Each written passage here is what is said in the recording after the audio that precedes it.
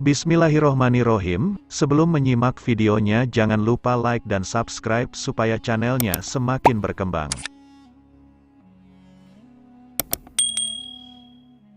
Mereka yang mati kemudian hidup kembali, kisah Nabi Ibrahim dan burung. Allah berfirman, وَإِذْ قَالَ إِبْرَاهِيمُ رَبِّ أَرِنِي كَيْفَ تُحْيِي الْمَوْتَى قَالَ أَوَلَمْ تُؤْمِنْ قَالَ بَلَى وَلَكِنْ لِيَطْمَئِنَّ قَلْبِي قَالَ فَخُذْ أَرْبَعَةً مِنَ الطَّيْرِ فَصُرْهُنَّ إِلَيْكَ ثُمَّ اجْعَلْ عَلَى كُلِّ جَبَلٍ مِنْهُنَّ جُزْءًا ثُمَّ ادْعُهُنَّ يَأْتِيَنَكَ سَعْيًا وَاعْلَمْ أَنَّ اللَّهَ عَزِيزٌ حَكِيمٌ. Dan ingatlah ketika Ibrahim berkata, "Ya Tuhanku, perlihatkanlah kepadaku bagaimana Engkau menghidupkan orang-orang mati." Allah berfirman, "Belum yakinkah kamu?"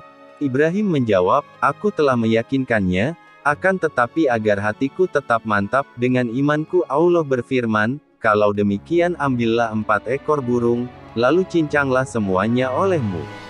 Allah berfirman, "Lalu letakkan di atas tiap-tiap satu bukit satu bagian dari bagian-bagian itu, kemudian panggillah mereka, niscaya mereka datang kepadamu dengan segera.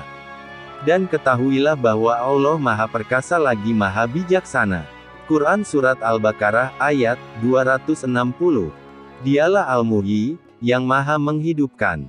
Dia kuasa menjadikan padang yang gersang menjadi rimbun. Lihatlah musim kemarau ini. Rerumputan mati, tanah berdebu, mengering, retak. Lalu turunlah air dari langit, rumput kering itu menjadi segar. Debu-debu sirna kemudian menggumpal dan kembali memadat menjadi tanah. Retak yang terlihat tertambal, hilang dan menjadi subur. Allah berfirman, وَمِنْ آيَاتِهِ أَنَّكَ تَرَى الْأَرْضَ خَاشِعَةً فَإِذَا أَنْزَلْنَا عَلَيْهَا الْمَاءَ اهْتَزَّتْ وَرَبَتْ إِنَّ الَّذِي أَحْيَاهَا لَمُحْيِي الْمَوْتَى إِنَّهُ عَلَى كُلِّ شَيْءٍ قَدِيرٌ. Dan di antara tanda-tandanya ialah, bahwa kau lihat bumi kering dan gersang, maka apabila kami turunkan air di atasnya, niscaya ia bergerak dan subur. Sesungguhnya Tuhan yang menghidupkannya, pastilah dapat menghidupkan yang mati. Sesungguhnya Dia Maha Kuasa atas segala sesuatu. Quran Surat Fussilat, ayat 39. Jika hal ini Anda anggap lumrah, karena terbiasa menyaksikannya, maka Allah telah mengubah keyakinan hati Nabi Ibrahim menjadi hakul yakin, keyakinan yang derajatnya lebih tinggi.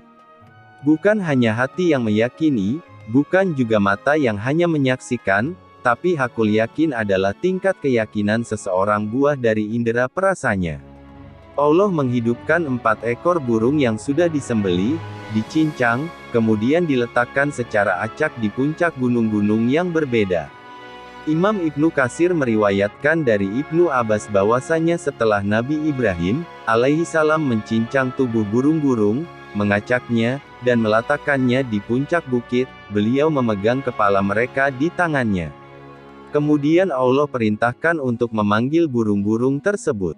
Ibrahim, alaihissalam memanggil mereka sebagaimana yang Allah perintahkan. Keajaiban terjadi. Hal-hal yang tidak dapat dinalar manusia hanyalah perkara kecil di sisi Allah. Allah, Dialah yang Maha mengetahui yang telah terjadi, yang sedang terjadi, yang akan terjadi, dan Dia mengetahui sesuatu yang tidak mungkin terjadi bagaimana bila itu terjadi. Nabi Ibrahim melihat bulu-bulu burung itu berterbangan, berkumpul saling menyempurnakan. Kucuran darah yang telah tertumpah bertemu kembali ke kadar yang sesuai. Sobekan dan potongan-potongan daging yang telah tersayat kembali menyatu membentuk tubuh. Demikian pula tiap-tiap anggota badan burung itu, mereka kembali ke posisinya semula. Tersambung membentuk tubuh yang utuh. Setelah organ-organnya mampu menopang tubuh, mereka tegak berdiri, bersegera berjalan menghampiri Ibrahim untuk mencari kepala mereka. Allah menjadikan penciptaan mereka lebih dari yang diharapkan Nabi Ibrahim, agar mata beliau menyaksikan, dan anggota tubuh lainnya ikut merasakan. Burung-burung itu datang menjemput kepala mereka di tangan Nabi Ibrahim alaihissalam. Apabila yang mereka temui bukan kepala mereka, mereka menolaknya. Apabila mereka dapati bagian yang beliau pegang itu kepala mereka, dengan kuasa Allah bagian tubuh itu bersatu. Sungguh Allah Maha Kuasa, Perkasa, lagi bijaksana. Oleh karena itu, Allah tutup ayat ini dengan kalamnya. Wa'lam anna Allaha azizun hakimun. Dan ketahuilah bahwa Allah Maha Perkasa lagi Maha Bijaksana. Dia Maha Perkasa, tidak ada yang mampu mengalahkannya. Dia Maha Perkasa, tidak ada yang mampu mencegah kehendaknya. Dan Dia Maha Bijaksana dalam firman dan tindakannya.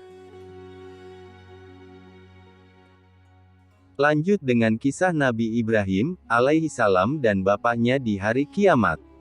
Nabi Shallallahu alaihi wasallam bersabda, pada hari kiamat kelak, Nabi Ibrahim, alaihissalam bertemu dengan ayahnya, Azar, sementara wajah Azar hitam kelam dan berdebu.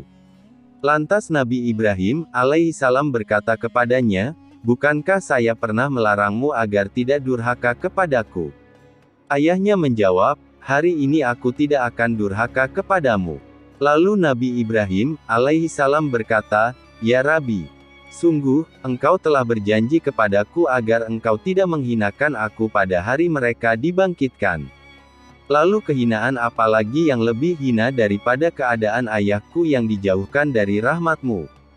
Lantas Allah Subhanahu wa Ta'ala berfirman, sesungguhnya aku mengharamkan surga bagi orang-orang kafir.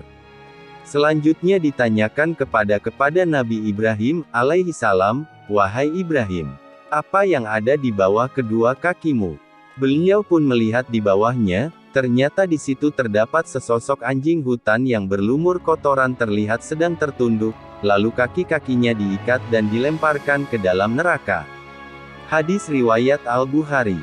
Penutup, mudah-mudahan rangkaian kisah ini dapat melembutkan hati kita untuk semakin tunduk kepada Allah. Dia telah memberikan pengajaran bahwa Dia Maha Kuasa lagi memiliki kemampuan sempurna. Dia mampu menghidupkan kaum yang telah mati, menghidupkan kota hingga makmur kembali, juga menghidupkan burung dengan cara yang luar biasa. Semoga Allah memberi taufik kepada kita semua untuk beramal bersiap menjemput hari berbangkit. Terima kasih sudah menyimak videonya sampai selesai. Jangan lupa share, like, dan subscribe channelnya agar lebih banyak lagi orang yang tahu kisah-kisah Nabi dan Rasul, kisah-kisah Muslim, dan doa-doa para Nabi dan Rasul lainnya.